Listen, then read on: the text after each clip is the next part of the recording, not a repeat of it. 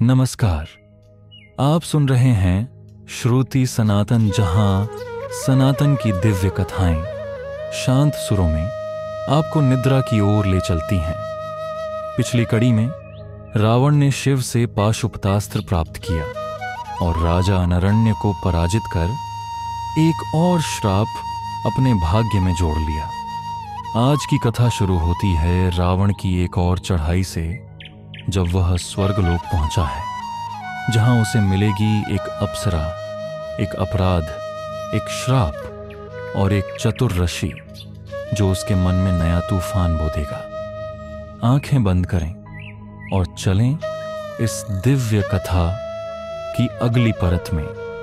रावण देवताओं के निवास स्थलों पर पहुंचा, पर देवता भयभीत होकर छिप गए। वे जानते थे कि ब्रह्मा के वरदान के कारण रावण अपराजेय है, लड़ाई बेकार है।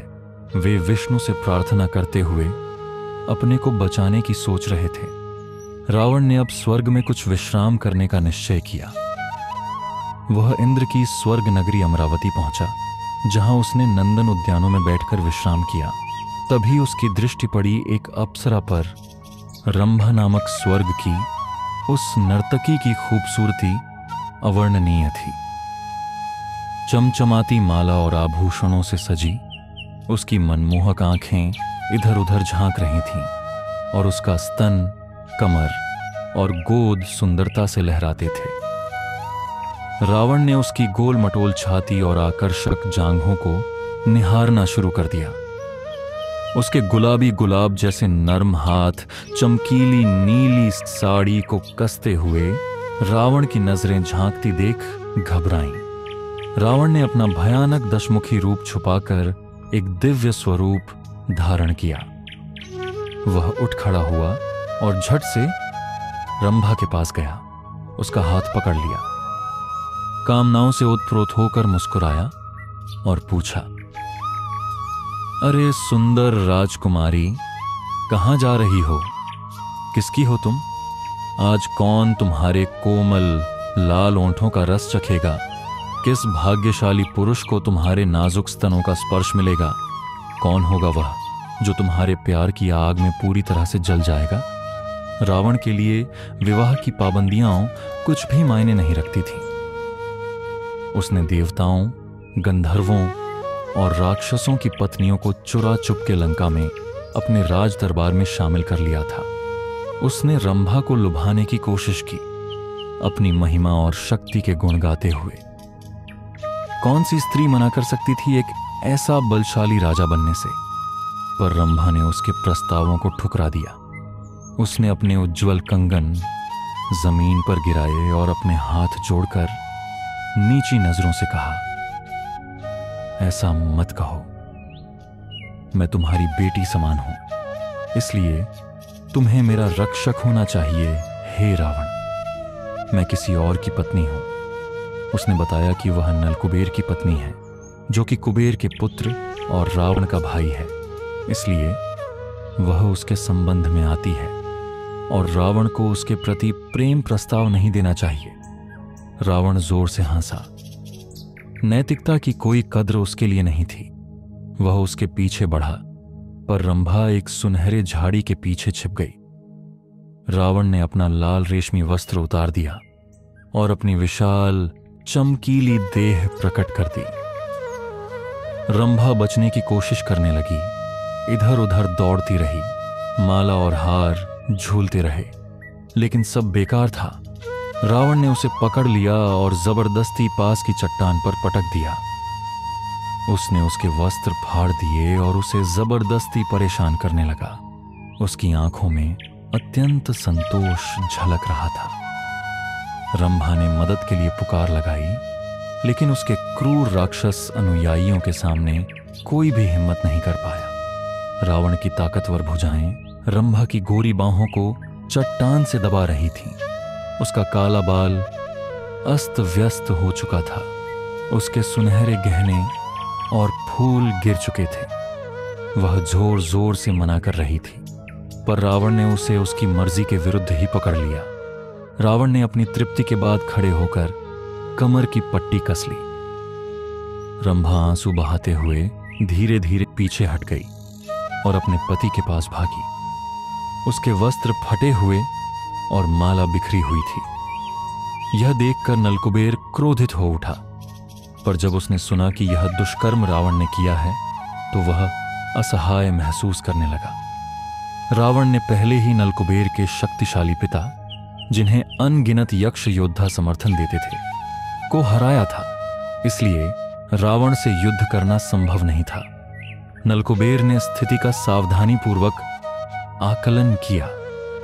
यद्यपि वह रावण से लड़ नहीं सकता था, पर कम से कम उस पर श्राप जरूर लगा सकता था। देवताओं के धर्मयुक्त श्राप विष्णु की अटल शक्ति को जागृत करते थे। यही सोचकर नलकुबेर ने पवित्र जल छुआ और अपनी अभिशाप की मंत्र उच्चारित की। यह दुष्ट राक्षस एक स्वर्गीय कन्या का अपमान कर चुका है। यदि उसने फिर कभी किसी और कन्या के साथ ऐसा दुष्कर्म किया तो वह तत्काल मृत्यु को प्राप्त होगा। यह श्राप शीघ्र ही रावण तक पहुंचा। उसने कई बार देखा था कि देवताओं और ऋषियों के श्राप सच साबित होते हैं। एक बार जो बोले जाते हैं उन्हें वापस नहीं लिया जा सकता। भले ही उसे स्वीकार न करना पसंद था, पर रावण समझ गया कि कोई शक्तिशाली व्यवस्था इस ब्रह्मांड के नियमों को बनाए रखती है। इसलिए उसने यह ठाना कि अब वह किसी और महिला पर जबरदस्ती नहीं करेगा। खतरे में पड़ना अच्छा नहीं था, खासकर जब इतने स्त्रियां थीं जो उसकी इच्छानुसार साथ रहना चाहती थीं। देवताओं से लड़ाई न हो पाने की निराशा में रावण स्वर्गीय लोकों को छोड़कर दक्षिण की ओर मुड़ा। वहां दानव और दैत्य रहते थे, जो सबसे शक्तिशाली स्वर्गीय राक्षस माने जाते थे। उन्हें तो वह युद्ध का मौका देंगे। आखिर बाकी बचा कौन था जिसे जीतना था। जैसे ही रावण पुष्पक में उड़ रहा था, उसने आगे चमकते हुए देवर्षि नारद को देखा, जो अपनी तंबूरा बजा रहे थे और विष्णु की स्तुति कर रहे थे। रावण उनसे कई बार मिल चुका था और उनकी उपस्थिति से प्रसन्न हुआ। राक्षसों को सामान्यतः ऋषियों या विष्णु भक्तों से कोई खास लगाव नहीं होता था। वे उन्हें मार डालना पसंद करते थे, लेकिन नारद अलग थे। वे अक्सर रावण को सलाह देते और उसकी भलाई चाहते थे। रावण ने उनका सम्मान करते हुए हाथ उठाकर अभिवादन किया। देवर्षि नारद रावण के सामने आए और उन्हें नमस्कार किया। नारद को ब्रह्मांड में कहीं भी स्वतंत्र रूप से यात्रा करने की क्षमता प्राप्त थी। कहा जाता था कि वे भौतिक लोकों को छोड़कर वैकुंठ, जो भगवान का आध्यात्मिक निवास है, जहां न कभी क्षय होता है न कष्ट, भी जा सकते हैं। उनकी बड़ी सी आंखें जैसे चमकते नीलम के टुकड़े हों। उनके सिर पर सुनहरे केशों का घेरा एक रत्न जड़ी चांदी की पट्टी से सजा था। काले रेंकू हिरण की नरम त्वचा से लिपटे नारद हवा में तैरते हुए रावण के सामने खड़े थे। रावण ने उन्हें अपने रथ में आमंत्रित किया। सोने की नुकीली सीट पर बैठकर नारद ने मधुर और सौम्य स्वर में बात शुरू की। हे वीर रावण, तुम मानवों के संसार पर अत्याचार क्यों कर रहे हो? यह संसार पहले ही मृत्यु के तले दब चुका है। ये लोग तुम्हारे आक्रमण के पात्र नहीं हैं, जो स्वयं देवताओं की पूरी सेना के खिलाफ भी अविजित रह चुके हों। ऐसे लोगों को कौन नष्ट करेगा, जो अनगिनत चिंताओं और विपत्तियों से जूझ रहे हैं, जिन्हें वृद्धावस्था और रोग घेरे हुए हैं। नारद ने बताया कि इस भौतिक संसार के सभी प्राणी समय आने पर यमराज के धाम मृत्यु के महापुरुष के पास जाएंगे। रावण को उन्हें मारने की आवश्यकता नहीं थी। मृत्यु सब पर विजय प्राप्त करती है। यहां तक कि देवता भी अंततः मृत्यु को मानते हैं। यदि रावण यमराज को हराता तो वह पूरे ब्रह्मांड को जीत जाता।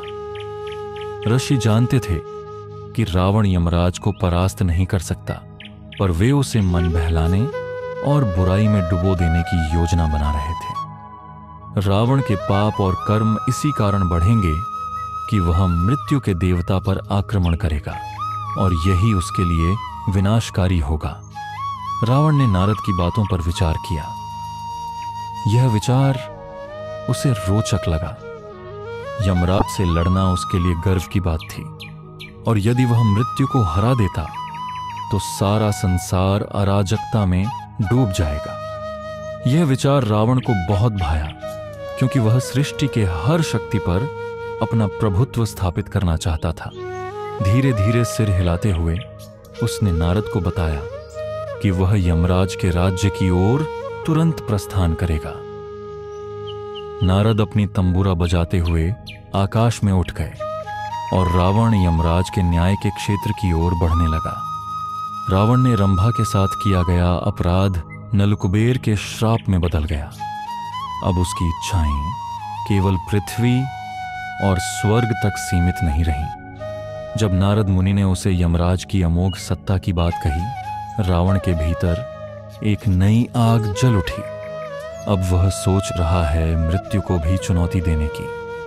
अगली कथा में रावण कदम रखेगा यमलोक में, जहां समय थम जाएगा और नियति एक गहरे मौन में कुछ रच रही होगी। श्रुति सनातन में अगली रात फिर मिलेंगे एक और मौन उद्घोष के साथ।